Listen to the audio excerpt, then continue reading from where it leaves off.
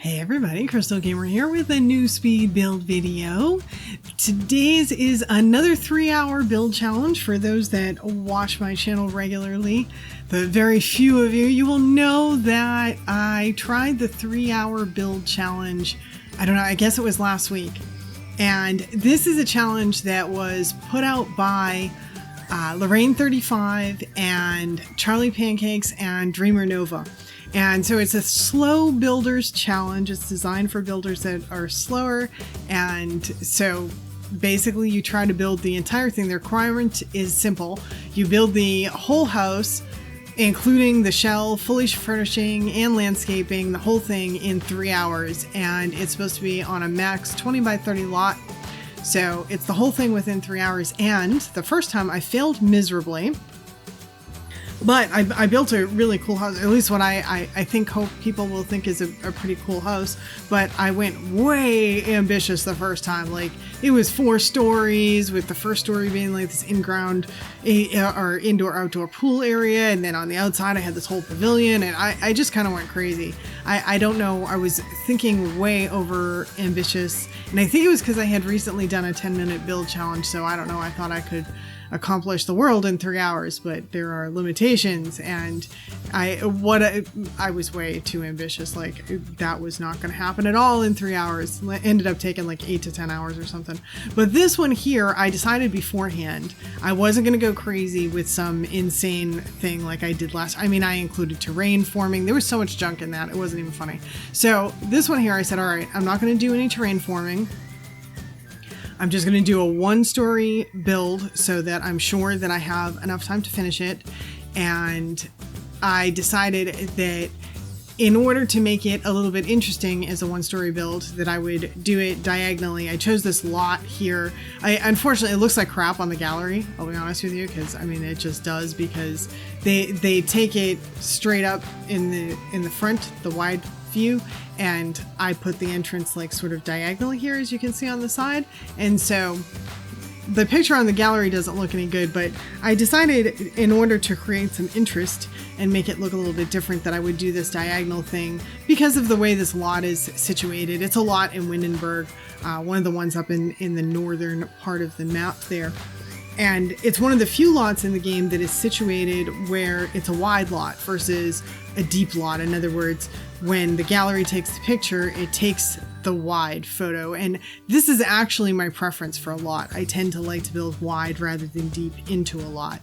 And so, but now, so that's typically my preference. And then this time I decided to situate to this thing sort of catty-cornered on this diagonal angle thing. But nonetheless, I wanted to create a little bit of interest in the house, so I decided to use some diagonal lines and all of that stuff. And I had this idea that I wanted a pond on the property. I thought that would be a really cool idea.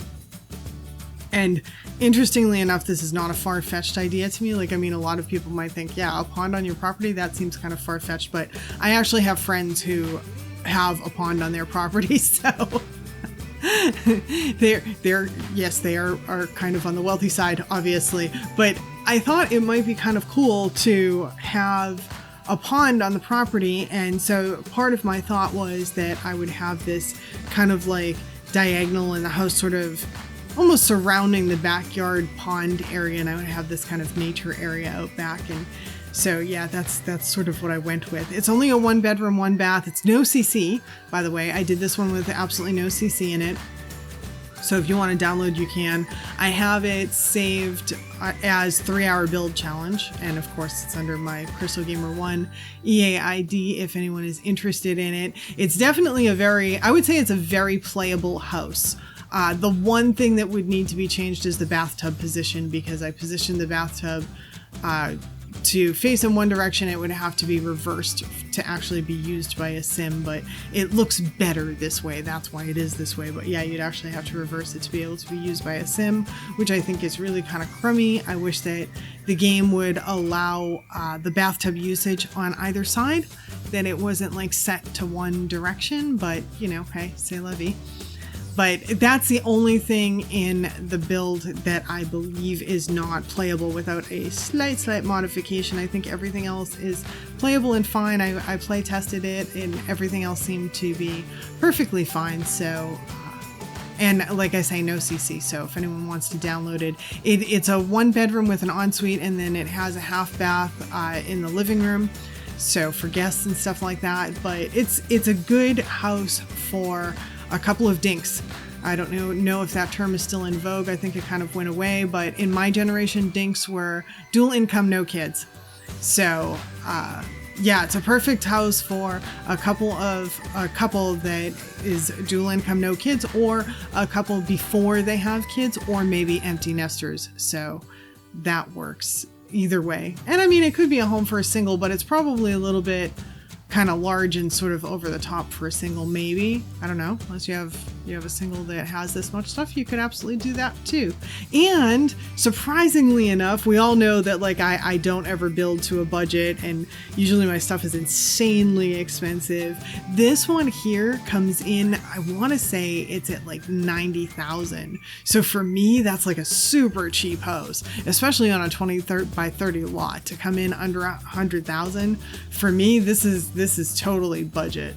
Definitely budget crystal right here. Yeah. So, but I like the house a lot. I wish that I played the game more sometimes, especially when I build stuff like this that to me is a very playable house. Like I like houses in The Sims for playability. I like houses that actually aren't too big, because Sims take forever to walk anywhere, right? So I have a tendency to prefer kind of smaller properties for playability purposes. And also I build modern here and there, but my personal taste is a little bit less modern. Although I think my last like 2 or 3 builds are all like super modern, but yeah, my personal taste is actually stuff that's less modern and more kind of hosey.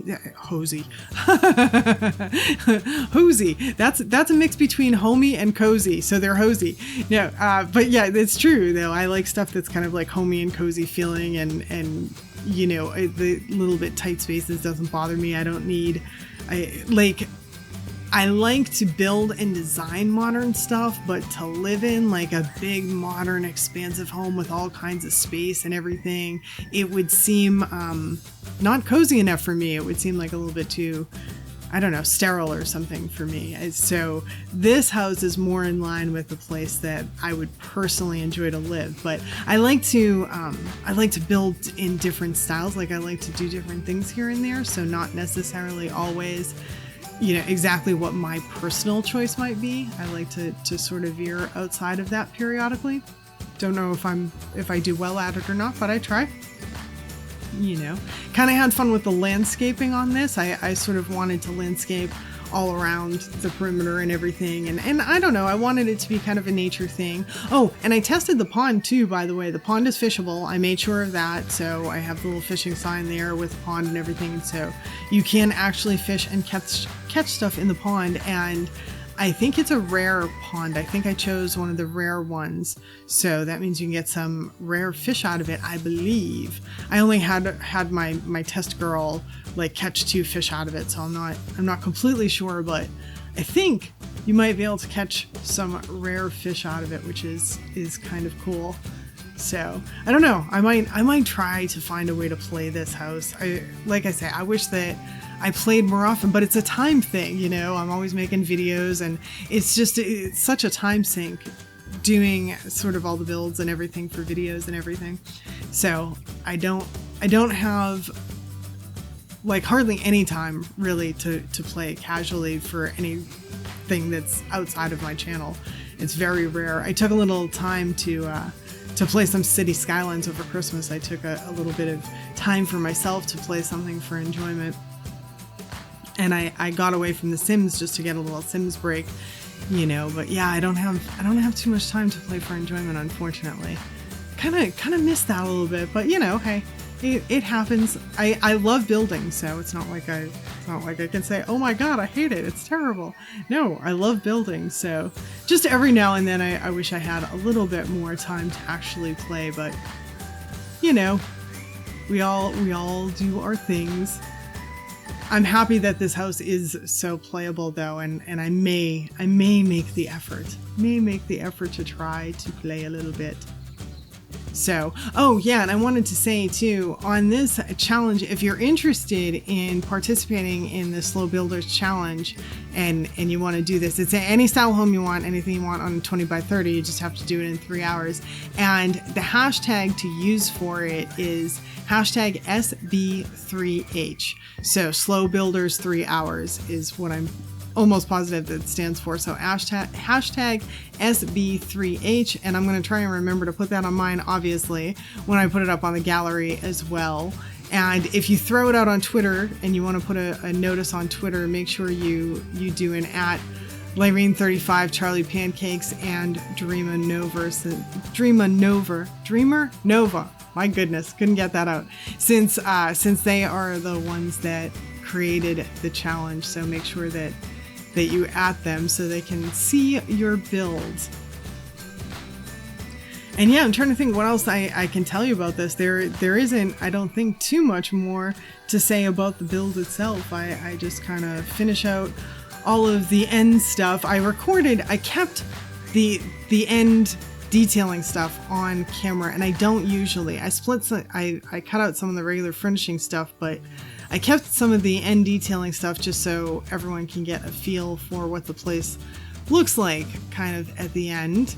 And then of course we go into a little bit of cinematics and screenshots, which are always my favorite part.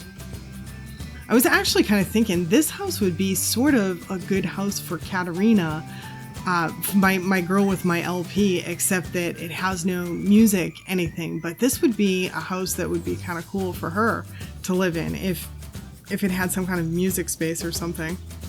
But I don't know, Katerina might possibly be moving or something soon, so maybe the idea of this house might be something that holds. I don't know. I'm not quite sure if Katerina should stay where she is or not.